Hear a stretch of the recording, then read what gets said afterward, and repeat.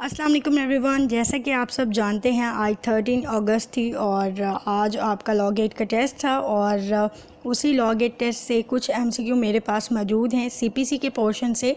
तो आज मैं आपके साथ वो शेयर करने वाली हूँ और जो उसके राइट आंसर्स हैं वो मैं बताने वाली हूँ। मुझे बुक का नहीं पता, लेकिन क्वेश्चन आप लोगों ने देखे हैं, आप लोगों ने हल किए होंगे, तो उस हिसाब से आपने अपने जो नंबर्स हैं वो इवेल्युएट करने हैं कि आपने कौन से ऑप्शन को टिक किया था और आपका कौन सा ऑप्शन ठीक है। तो शुरू करते हैं क्वेश्चन नंबर 1 से। और क्वेश्चन नंबर 1 सीपीसी का पूछा गया था सेक्शन नंबर 151 में से, और ये इनहेरेंट पार्ट्स के मुतालिक है कोड की। Nothing in this code dash deemed to limit or otherwise affect the inherent part of the code to make such orders as may be necessary for the ends of justice and so on. इस सवाल के option थे option A shall be, option B shall not, option C may be and option D may not, और इसका जो right answer था वो shall be था। नेक्स्ट क्वेश्चन पूछा गया था जजमेंट से रिलेटेड और इसकी जो स्टेटमेंट थी, judgement means the statement given by the dash on the grounds of a degree or order, और इसके जो ऑप्शन थे option A magistrate,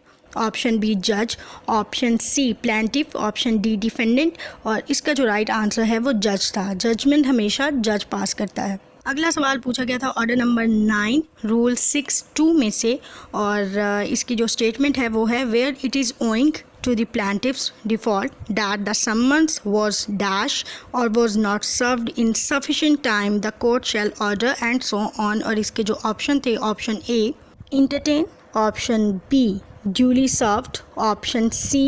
posted and option D sent, और इसका जो राइट आंसर है वो ड्यूली सर्व था। अगला सवाल पूछा गया था ऑर्डर नंबर 43 रूल नंबर 1, और उसके जो आगे सब सेक्शन है वो ई में से, और ये यकीनन थोड़ा मुश्किल क्वेश्चन था, और इसकी जो स्टेटमेंट थी वो थी Under Order Number 43, Rule Number 1E of the Code of Civil Procedure 1908, an appeal shall lie from an order under Rule 4 of Order Dash pronouncing judgment against a party under the provisions of Section Number 104, और इसके जो option थे option A 9, option B 10, option C 11, option D 12, और इसका जो right answer है वो 10 है। अगला सवाल पूछा गया था ऑर्डर नंबर 6 रूल नंबर 16 में से, और इसकी स्टेटमेंट थी द कोर्ट में at any stage of the proceedings order to be struck out or amended any matter in any proceeding and so on embarrass or delay dash of the suit, और इसके जो option थे option A unfair trial, option B fair trial, option D equal trial and option D fair suit, और इसका जो right answer है वो fair trial है। नेक्स्ट क्वेश्चन पूछा गया था रूल नंबर 7 ऑर्डर नंबर 12 में से प्रोसीजर ऑन रिजेक्टिंग प्लांट, और इसकी स्टेटमेंट थी where a plant is rejected the जज shall record an order to that effect with the reason for such dash. अब ये जो स्टेटमेंट है इसी में ही इसका जवाब मौजूद है, और इसके जो ऑप्शन थे option A plaint, option B order, option C decree, option D return statement. क्योंकि यहाँ पे ऑर्डर की बात हो रही है तो हमारा जो राइट आंसर बनेगा वो ऑर्डर ही बनेगा, ठीक है, तो इसका जो राइट आंसर है वो ऑर्डर है। अगला सवाल पूछा गया था सेक्शन नंबर 96 रूल नंबर 3 में से, और इसकी स्टेटमेंट थी no appeal shall lie from a decree passed by the court with the dash, और इसके जो ऑप्शन थे option A consent of court, option B consent of parties, option C consent of defendant, option D consent of plaintiff, और इसका जो right answer है वो consent of parties है। अगला सवाल है सेक्शन नंबर 75 में से, दो सेक्शन मोस्ट इम्पॉर्टेंट हैं सीपीसी के, सबसे पहला 96 और दूसरा 75। हर लॉ गेट टेस्ट में एक या दो क्वेश्चन आपको इससे ज़रूर मिल जाते हैं, तो ये 2 नंबर मुफ्त के हैं, पक्के हैं, क्योंकि छोटे से ये सेक्शन है और बहुत आसानी से याद हो जाते हैं।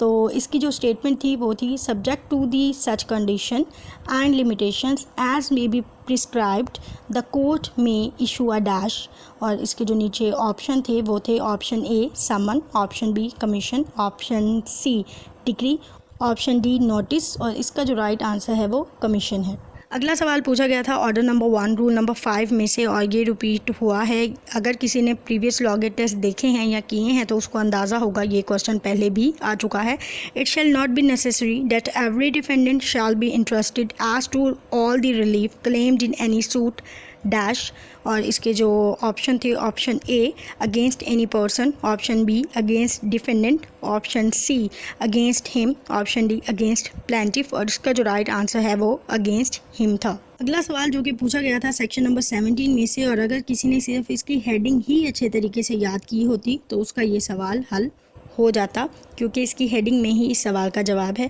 तो जो स्टेटमेंट थी इसकी, where a suit to obtain relief respecting or compensation for wrong to immovable property situate within the jurisdiction of dash court, the suit may B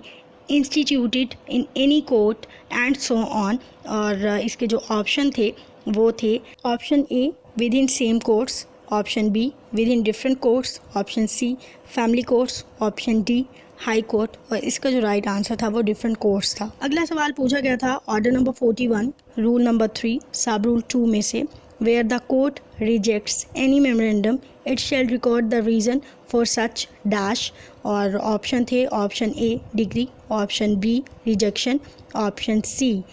amendment, option D pleading, और इसका जो right answer है वो rejection होगा, क्योंकि यहाँ पे जो बात की जा रही है वो रिजेक्शन की है। अगला सवाल पूछा गया था ऑर्डर नंबर 39 रूल नंबर 4 में से, और इसकी स्टेटमेंट थी any order for an dash may be discharged or varied or set aside by court and so on, और इसके जो ऑप्शन थे option A notice, option B injunction, option C interlocutory, option D plaint, और इसका जो right answer है वो injunction है। अगर किसी को इस सवाल का जवाब श्योर ना भी हो, आपको ये तो पता है कि ऑर्डर नंबर 39 इंजंक्शन के मुतालिक है, तो इसका जो राइट आंसर है वो इंजंक्शन होगा। तो ये वो चंद एक सवालात हैं जो कि 13 अगस्त 2023 को होने वाले लॉ गेट टेस्ट में आए थे, और मुझे ये क्वेश्चन स्टूडेंट्स ने भेजे हैं, और उसी के मुताबिक जैसे उन्होंने बताया मैंने आपको आंसर करने की कोशिश की है। आप इनके मुताबिक अपने नंबर्स देख सकते हैं।